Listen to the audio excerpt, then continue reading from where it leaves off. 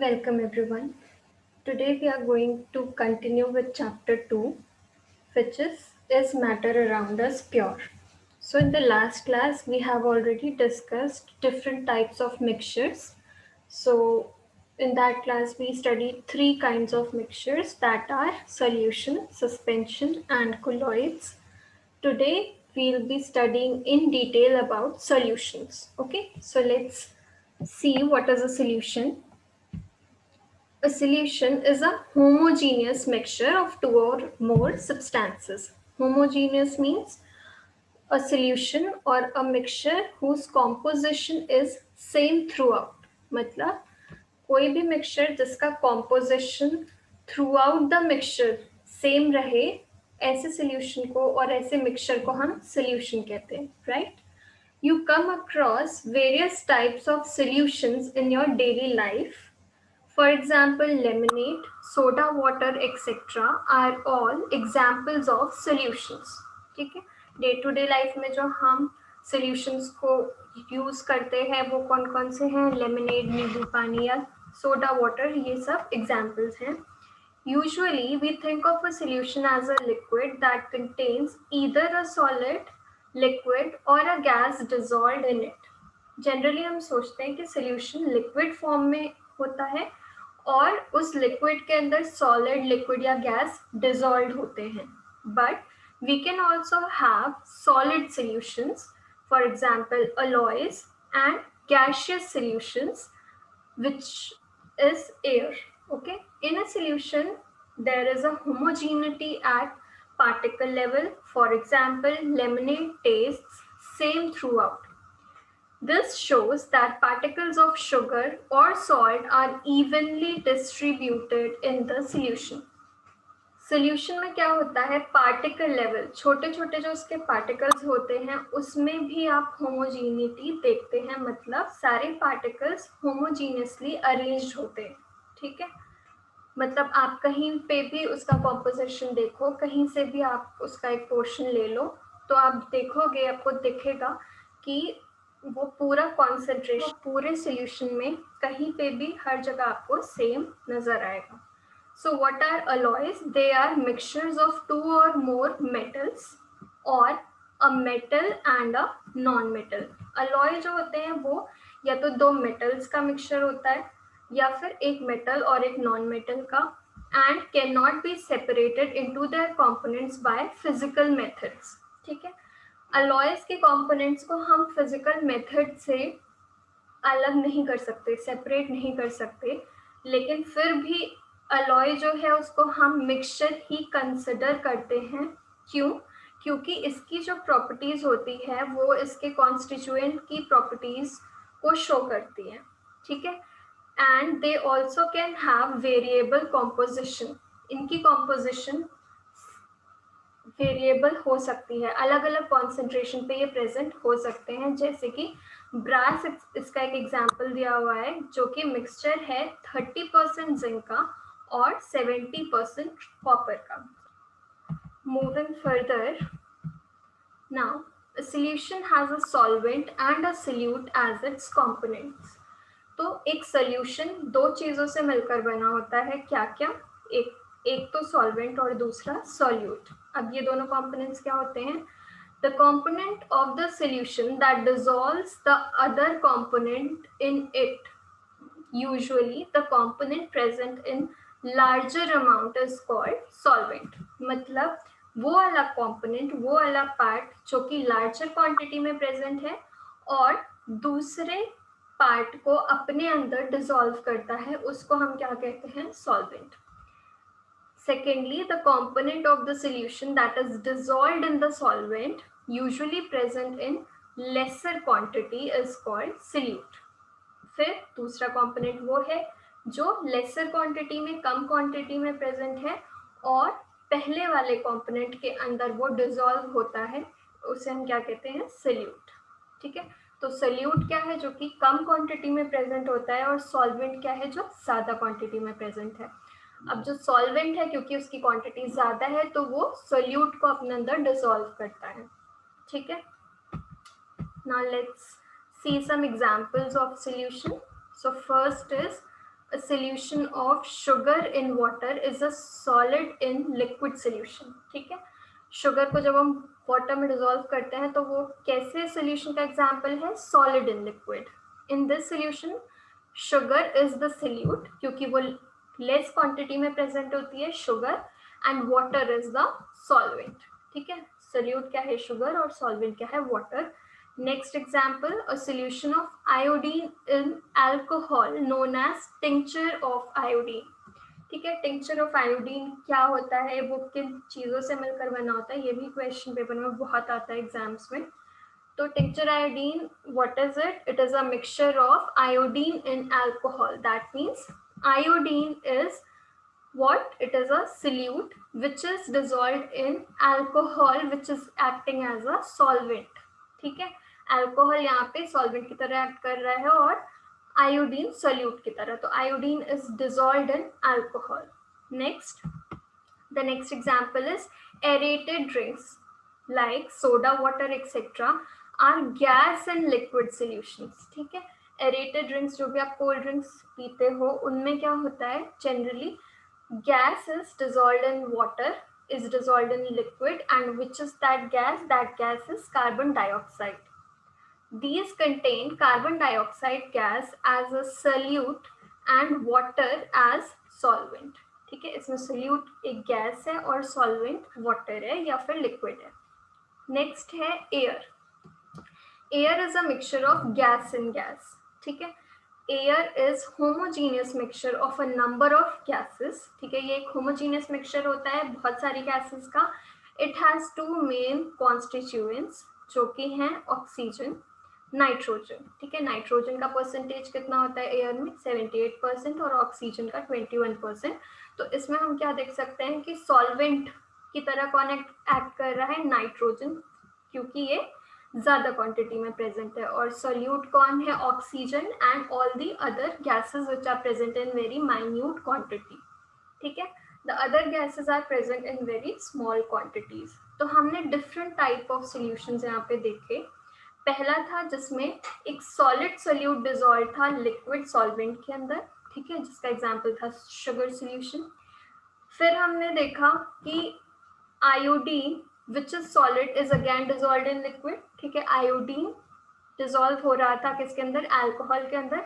तो ये भी एग्जांपल था सॉलिड इन लिक्विड का. देन हमने देखा गैस इन लिक्विड का example, gas in liquid solution का एग्जांपल जो कि जिसका एग्जांपल है एरेटेड ड्रिंक्स. फिर हमने देखा गैस इन गैस सॉल्यूशन का एग्जांपल जिसका एग्जांपल है आपकी एयर, जिसमें बहुत सारी गैसेस एक दूसरे में होमोजीनियसली मिक्स्ड होती हैं. ठीक है, now let's come towards properties of a solution. What are the properties of the constituents और components of a solution. So first is a solution is a homogeneous mixture. Throughout the mixture इसका composition क्या होता है, same. Next है particles of a solution are smaller than 1 nanometer. इसके जो particles होते हैं सोल्यूशन के, इसके पार्टिकल्स 1 नैनोमीटर से भी कम डायमीटर के होते हैं. So they can not be seen by naked eyes. हम उनको नेक्ड आइज से नहीं देख सकते क्योंकि उनका साइज बहुत छोटा है. Because of very small particle size they can not scatter a beam of light passing through the solution. क्योंकि उनका साइज बहुत छोटा है, they are not able to scatter a beam of light which is directed towards them. So the path of light is not visible in a solution, which is called as Tyndall effect. इसको हम Tyndall effect कहते हैं. अगर एक mixture के through light pass करते हैं और उसका पाथ हमें विजिबल होता है तो मतलब वहाँ पे Tyndall effect हमें दिख रहा है. बट यहाँ पे हम Tyndall effect ऑब्जर्व नहीं करते हैं क्योंकि इसके जो कॉन्स्टिट्यूएंट्स हैं उनका साइज बहुत स्मॉल है. The last is the solute particles cannot be separated from the mixture by the process of filtration. इनके पार्टिकल्स को हम फिल्ट्रेशन के थ्रू सेपरेट नहीं कर सकते हैं, जैसे कि हमने पहले भी देखा. ठीक है, फिल्ट्रेशन वाली एक्टिविटी से हम सोल्यूशन के कंपोनेंट्स को सेपरेट नहीं कर सकते. The solute particles do not settle down when left undisturbed. इनके पार्टिकल्स को अगर हम कुछ टाइम के लिए अनडिस्टर्ब छोड़ दें, अनटच्ड छोड़ दें, तो वो सेटल डाउन नहीं होते बेस पे, बॉटम पर, that is solution is stable. तो हम इसलिए कह सकते हैं कि एक सोल्यूशन जो है वो एक स्टेबल मिक्सचर का एग्जाम्पल है। Fine, so these were few properties of a solution. Now moving towards concentration of a solution. The concentration means which component of solution is present in what quantity. ठीक है, solute की quantity क्या है, solvent की quantity क्या है एक solution के अंदर, उन दोनों का रेशियो क्या है, यही बताता है कि एक सोल्यूशन की कॉन्सेंट्रेशन क्या है। ठीक है, in activity 2.2 we observe that groups A and B obtain different shades of solution. So we understand that in a solution, the relative proportion of the solute and solvent cannot be varied. Depending upon the amount of solute present in a solution, it can be a dilute, concentrated or a saturated solution. एक solution के अंदर solute के amount पे depend करते हुए different types of solutions हो सकते हैं। कौन कौन से, या तो वो डाइल्यूट हो सकता है, कॉन्सेंट्रेटेड हो सकता है, या फिर सैचुरेटेड हो सकता है, जिसके बारे में अभी हम देखेंगे। Dilute and concentrated are comparative terms. ठीक है, डाइल्यूट और कॉन्सेंट्रेटेड ये एक दूसरे से कंपैरेटिव टर्म्स है, एक दूसरे पे डिपेंड करती हैं। In activity 2.2, the solution obtained by group A is dilute as compared to that obtained by group B. So what is a dilute solution and what is a concentrated solution?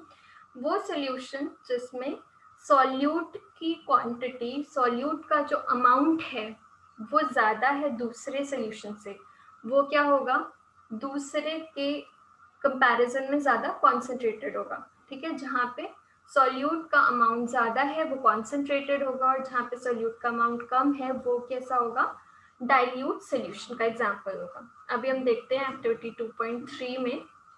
So here we have to take approximately 50 ml of water each in 2 separate beakers. ठीक है, water की quantity हमने same रखी है 2 beakers में, मतलब solvent की quantity same है।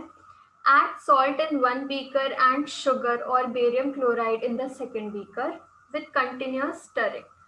एक बीकर में हमें सोल्यूट सॉल्ट लेना है, दूसरे बीकर में हम शुगर ले सकते हैं। ठीक है, और हमें कॉन्स्टेंटली उसे स्टर करना है to make it dissolve. When no more solute can be dissolved, heat the contents of the beaker to raise the temperature about 5 degrees Celsius. जब एक बार सॉल्यूट डिसॉल्व होना बंद हो जाए, मतलब जब आप डिसॉल्व करते हो सोल्यूट, तो एक टाइम ऐसा आता है, एक सिचुएशन ऐसी आती है जब उससे ज़्यादा सोल्यूट आप डिसॉल्व नहीं कर सकते, तो उस सिचुएशन में आपको क्या करना है, मिक्सचर का जो टेम्परेचर है उसे आपको रेज करना है 5 डिग्री से। जब आप रेज करोगे टेम्परेचर तो क्या होगा, you can now dissolve more solute into it. ठीक है, अगर आप टेम्परेचर इंक्रीज कर देते हो एक बार, तो ज़्यादा और ज़्यादा सोल्यूट आप उसके अंदर डिसॉल्व कर सकते हो। ठीक है, start adding the solute again, फिर से आप सोल्यूट अगर डिसॉल्व करो एक बार टेम्परेचर हाई करने के बाद, इंक्रीज करने के बाद, तो फिर से सोल्यूट डिसॉल्व होने लग जाएगा। Now is the amount of salt and sugar or barium chloride that can be dissolved in water at a given temperature same? ठीक है, किसी भी एक टेम्परेचर पे आप डिफरेंट सॉल्यूट्स के डिफरेंट अमाउंट को डिसॉल्व कर पाओगे एक गिवन सॉल्वेंट के अंदर। मतलब अगर आप सॉल्वेंट वाटर ले रहे हो, ठीक है, तो किसी एक पर्टिकुलर टेम्परेचर पे शुगर का कुछ और अमाउंट उसके अंदर डिसॉल्व हो सकेगा और सॉल्ट का कुछ और।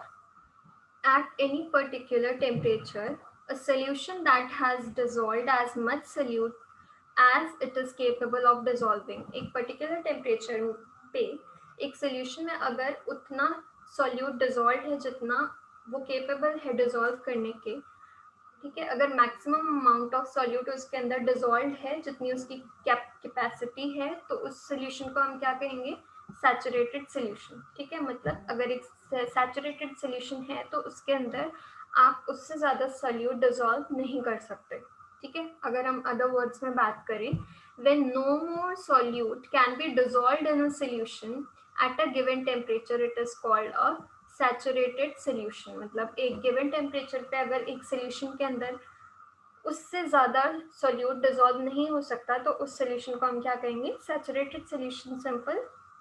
Now, the amount of the solute present in saturated solution at this temperature is called its solubility। एक सैचुरेटेड सॉल्यूशन के अंदर कितना अमाउंट ऑफ सॉल्यूट प्रेजेंट है, कितनी क्वांटिटी उसकी प्रेजेंट है, वो उसे कहते हैं हम सॉल्युबिलिटी, वो होगी उसकी सॉल्युबिलिटी, ठीक है।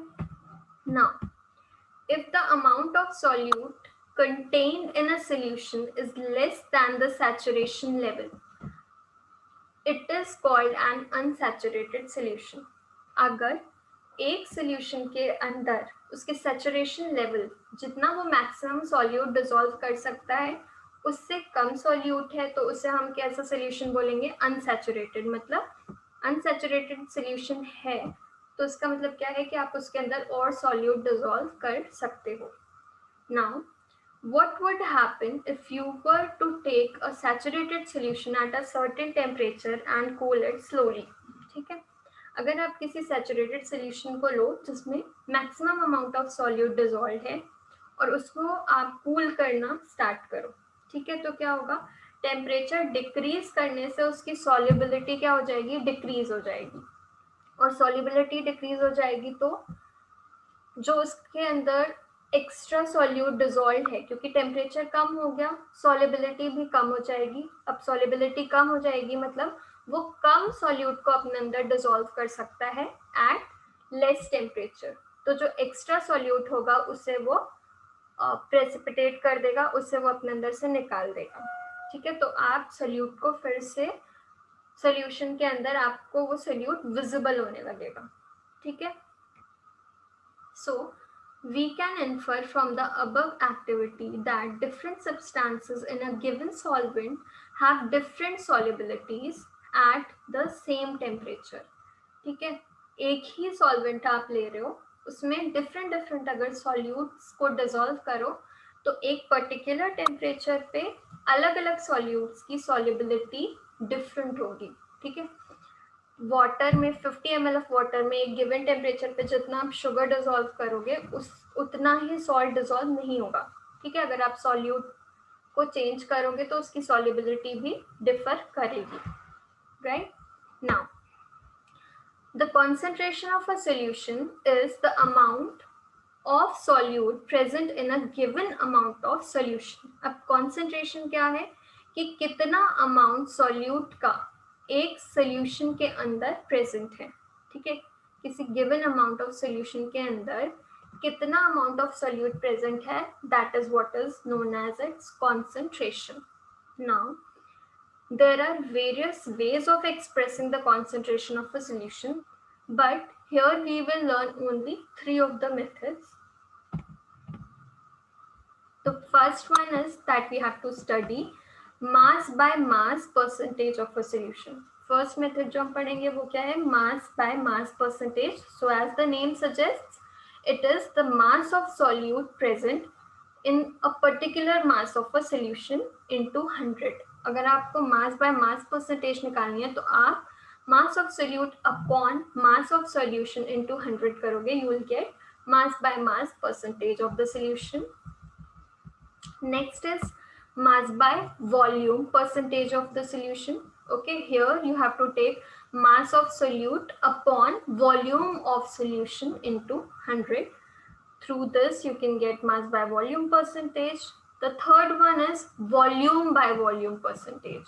Okay, so here you have to take volume of solute upon volume of solution into 100। Let's see an example based on this। Here it says a solution contains 40 gram of common salt in 320 gram of water। ठीक है, so your solute is what, common salt, its quantity is 40 grams। So this 40 gram of solute, which is common salt, is being dissolved in 320 grams of water, and water is your solvent. You have to calculate the concentration in terms of mass by mass percentage. Okay, so you have to calculate mass by mass percentage of the solution. So you are given mass of solute, which is 40 gram. You are given mass of solvent, which is 320 gram. Now you already know the formula for calculating mass by mass percentages. You have to keep mass of solute in the numerator, and you have to divide it by the mass of solution and multiply 100 to it, right? So for getting the mass of solution which is not given, you have to add mass of solute and mass of solvent. ठीक है, mass of solution कैसे निकलेगा? solution किससे मिलकर बना है? solute और solvent से, right? solute और solvent से मिलकर solution बना है. तो जब आप उन दोनों के mass को add करोगे, so you will get the mass of solution. So here you have added the mass of these two, and you have got the mass of solution as 360 grams. So now putting the values into the formula, mass percentage of solution, which is mass of solute upon mass of solution into 100. So mass of solute is 40 upon mass of solution, which is 360 as calculated, into 100, you will get 11.1 percentage. So this was all about the concentration of a solution, and whatever we had to study, we had to know about a solution. So this was all. In the next class, we are going to study about suspension and then colloids. So this is it. Thank you, everyone.